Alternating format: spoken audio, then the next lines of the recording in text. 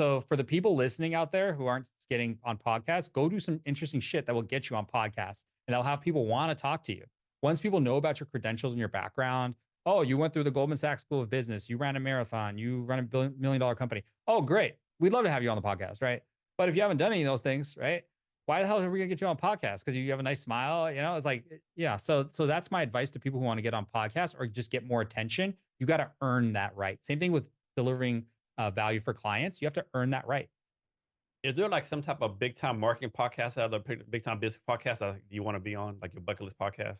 Not No. really. Okay. I always listen to the Entrepreneur on Fire podcast, With and I was like, John Lee Dumas. Yeah. yeah, and I was like, man, if I'm on that podcast, I've made it. La, da, da, da. And then I was thinking, man, like, what's that going to get me, right? Like, I'm on this podcast.